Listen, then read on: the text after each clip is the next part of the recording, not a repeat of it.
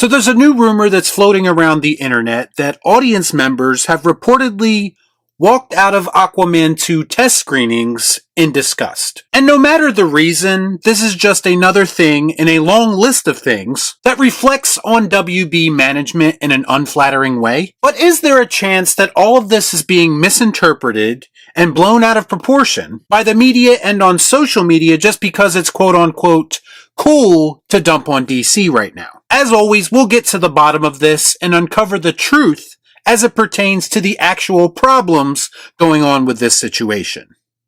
Let's discuss. I watch so you don't have to. All I'm offering is the truth, nothing more. We all know that the media can be a manipulative bunch.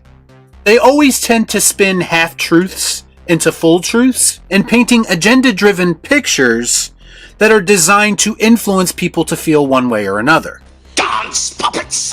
Dance! And believe it or not, this happens a lot with movies as well. More than you think, actually. This isn't the first time we've heard reports of test screenings not going well for a particular movie. And as sad as this is, that is exactly what these test screenings are used for. Especially in this day and age of studio-driven filmmaking. Because this whole process really amounts to throwing shit at the wall and seeing what sticks. Because it's all part of the plan.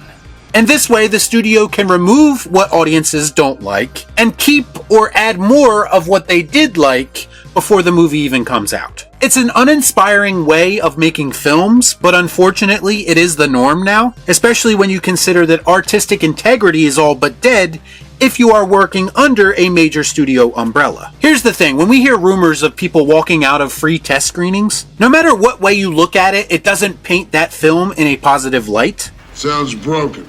Most likely, sir. I'll bet it was something nice, though. And the instant reaction is always going to be, how bad must this movie be if people aren't willing to watch it for free? But in the case of Aquaman 2, and in the interest of being fair and objective, this less than favorable reaction to Aquaman 2 apparently is based around one scene and not the entire movie. So I don't see how we can decipher the quality of this film overall when we have a clear picture of why in fact people were leaving. And apparently the viewers who walked out of this test screening walked out because of a baby. And no, not a loud, screaming baby that ruined their experience in the theater. I'm talking about the actual son of Aquaman, who apparently plays a pretty significant role in the film. And apparently, and spoiler alert for anyone who doesn't want to know this, you have that luxury.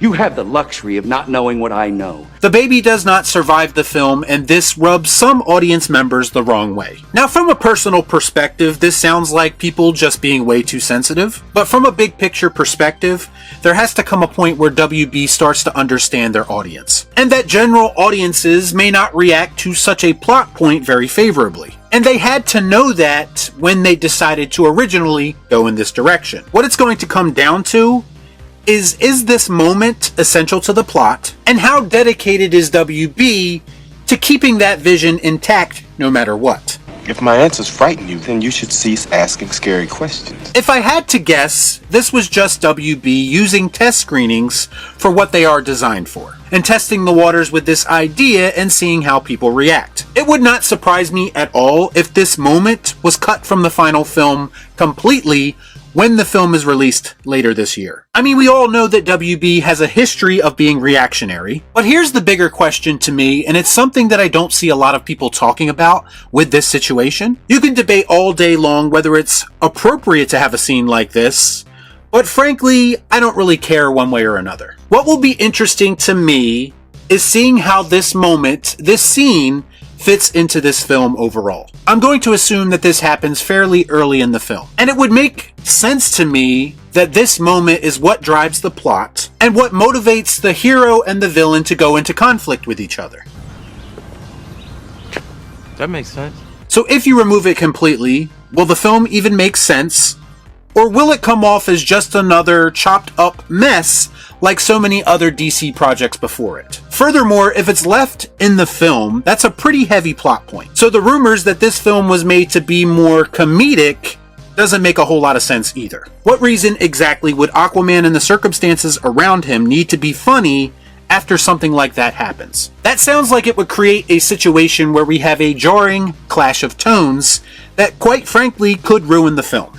Precisely. Whoa, this is heavy.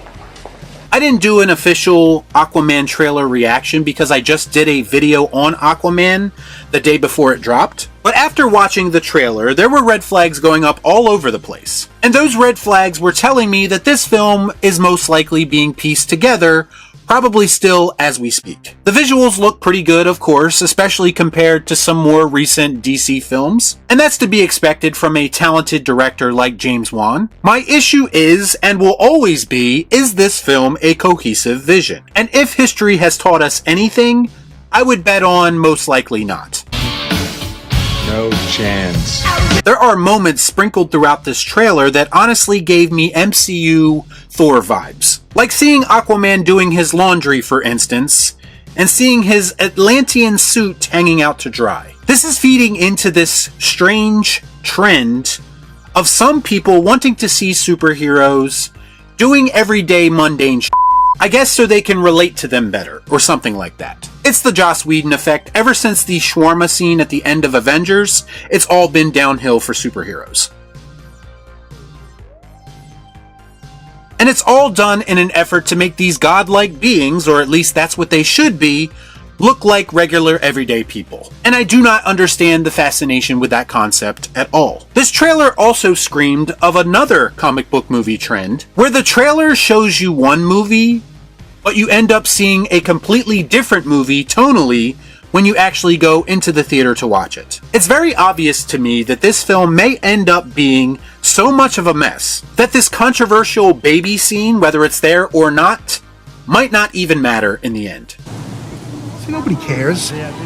If the scene isn't there, the movie's a mess anyway, so nobody bats an eye. And if the scene is there, they will most likely ruin that impactful moment with campy comedy. Because we can't take anything too seriously, otherwise the simpletons won't have a good time. The MCU 2.0, or the DCU, feels like it's starting long before the reboot even happens. They are already laying the groundwork for it in these movies that should have been completed a long time ago, but that WB continues to meddle with. It amazes me that this studio finds new ways to get in their own way on an everyday basis. Just when I think you couldn't possibly be any dumber. What I expect from Aquaman 2 is WB taking a character that was rebuilt from the ground up in the best possible way, and regressing that character back to the joke that he was prior to this incarnation. This movie has bigger problems than one controversial scene, because to me, everything around that scene doesn't look that promising either. Y'all be cool. Right on.